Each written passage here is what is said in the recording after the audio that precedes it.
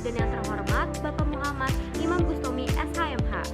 Di sini aku akan menjelaskan materi tentang pengantar hukum Indonesia, yaitu hukum acara perdata. Disimak videonya ya teman-teman.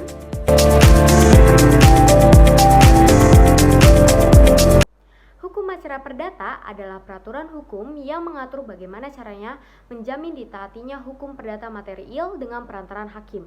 Dengan perkataan lain, hukum acara perdata adalah peraturan hukum yang menentukan bagaimana caranya menjamin pelaksanaan hukum perdata material. Nah, tujuan hukum acara perdata yaitu untuk menjamin ditaatinya hukum perdata material dengan perantaran hakim. Lalu, hukum acara perdata mengatur prosedur yang harus diikuti dalam mengajukan tuntutan hak, memeriksa, memutus, dan melaksanakan putusan pengadilan. Hukum acara perdata memberikan perlindungan hukum kepada pihak-pihak yang merasa haknya dilanggar. Selanjutnya terdapat pandangan para pakar tentang hukum acara perdata. Pakar yang pertama, Profesor Dr. Wirjono Projodikoro SH. Beliau mengatakan rangkaian peraturan yang memuat cara bertindak di pengadilan dan cara pengadilan bertindak satu sama lain untuk melaksanakan hukum perdata.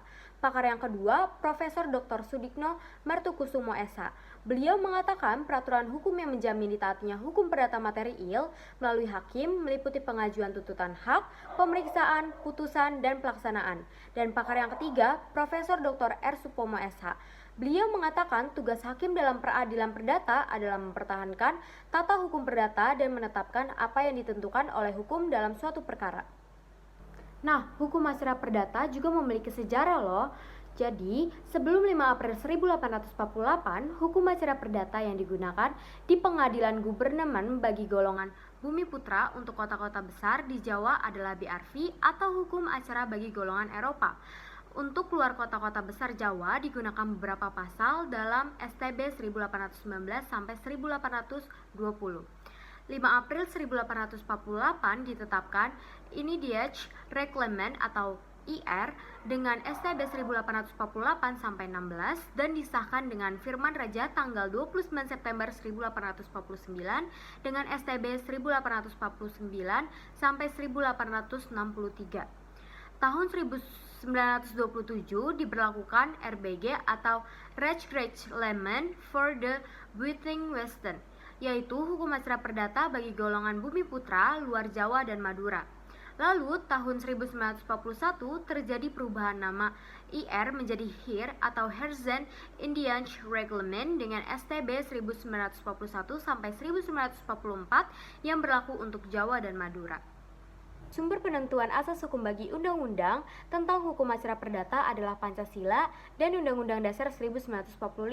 Nilai-nilai di dalam Pancasila dan Undang-Undang Dasar 1945 pada prinsipnya telah diidentifikasikan ke dalam pasal 6 Undang-Undang Nomor 12 Tahun 2011 tentang pembentukan peraturan perundang-undangan. Asas-asas tersebut, peraturan perundang-undangan tertentu dapat mengambil asas hukum lainnya sesuai dengan karakter subjek pengaturannya. Oleh karena itu, dapat saja asas-asas hukum yang dikembangkan diadopsi ke dalam hukum acara perdata. Selanjutnya, hukum acara perdata memiliki asas. Asas yang pertama, hakim bersifat menunggu. Asas dari hukum acara perdata atau sebagaimana halnya asas hukum acara perdata pada umumnya, bahwa pelaksanaannya yaitu inisiatif untuk mengajukan gugatan, sepenuhnya diserahkan kepada mereka yang berkepentingan. Ini berarti bahwa apakah akan ada proses atau tidak, apakah suatu perkara atau gugatan akan diajukan atau tidak, sepenuhnya diserahkan kepada mereka yang berkepentingan atau yang merasa dirugikan. Kalau tidak ada gugatan atau penuntutan, tidak ada hakim. Jadi, yang mengajukan gugatan adalah pihak-pihak yang berkepentingan. Sedangkan hakim bersifat menunggu diajukannya suatu perkara atau gugatan. Terdapat pada pasal 118 SIR dan pasal 142 RBG. Ini berarti bahwa hakim tidak boleh aktif mencari-cari perkara atau menjemput bola di masyarakat, sedangkan yang menyelenggarakan proses adalah negara. Akan tetapi, sekali suatu perkara diajukan kepada hakim, hakim tidak boleh menolak untuk memeriksa dan mengadilinya dengan alasan apapun, terdapat pada Undang-Undang Nomor 48 Tahun 2009. Asas yang kedua, hakim bersifat pasif. Maksud dari asas ini adalah adanya tuntutan hak, dari penggugat kepada tergugat. Timbulnya inisiatif sepenuhnya ada pada pihak penggugat. Hakim bersifat pasif dalam pengertian yang luas adalah bahwa suatu perkara diajukan ke pengadilan atau tidak untuk penyelesaiannya sepenuhnya tergantung inisiatif dari para pihak yang sedang berperkara, bukan dari hakim yang akan memeriksa, karena sebelum perkara diajukan ke pengadilan, hakim bersifat pasif. Sedangkan kalau suatu perkara telah diajukan oleh para pihak ke persidangan pengadilan, maka hakim harus bersifat aktif untuk mengadili perkara tersebut seadil-adilnya tanpa pandang bulu. Hakim tidak diperbolehkan atau dilarang memberikan putusan yang tidak dituntut oleh para pihak yang berperkara, karena akan berakibat putusannya cacat hukum dan dapat batal demi hukum. Nah, asas yang ketiga ini berupa sifat terbukanya persidangan. Sifat yang pertama, terbuka untuk umum. Persidangan terbuka untuk umum dilaksanakan dalam ruangan yang pintunya terbuka dan setiap orang dapat menyaksikan jalannya persidangan.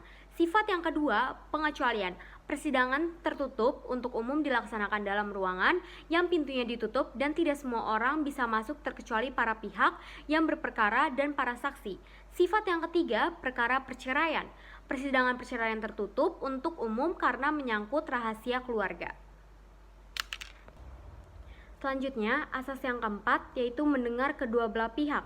Asas yang kelima, bebas dari campur tangan para pihak di luar pengadilan. Asas yang keenam, sederhana, cepat, dan biaya ringan. Asas ketujuh, putusan harus disertai alasan-alasan. Dan asas yang kedelapan, putusan harus dilaksanakan setelah 14 hari lewat.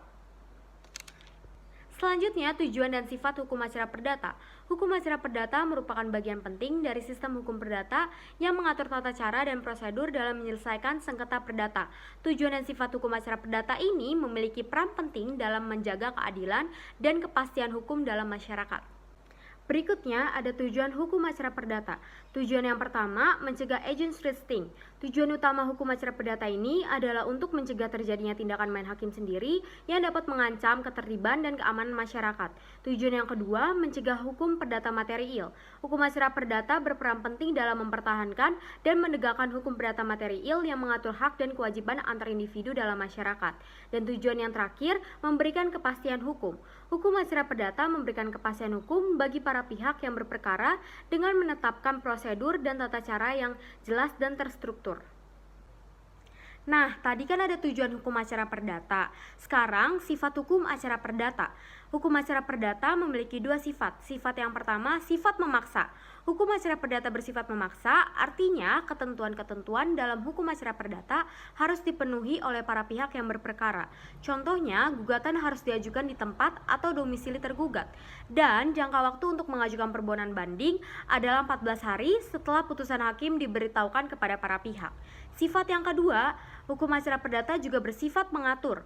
Artinya, para pihak dapat dikesampingkan peraturan-peraturan dalam hukum acara perdata. Contohnya, dalam hal pilihan domisili dan juga pembuktian.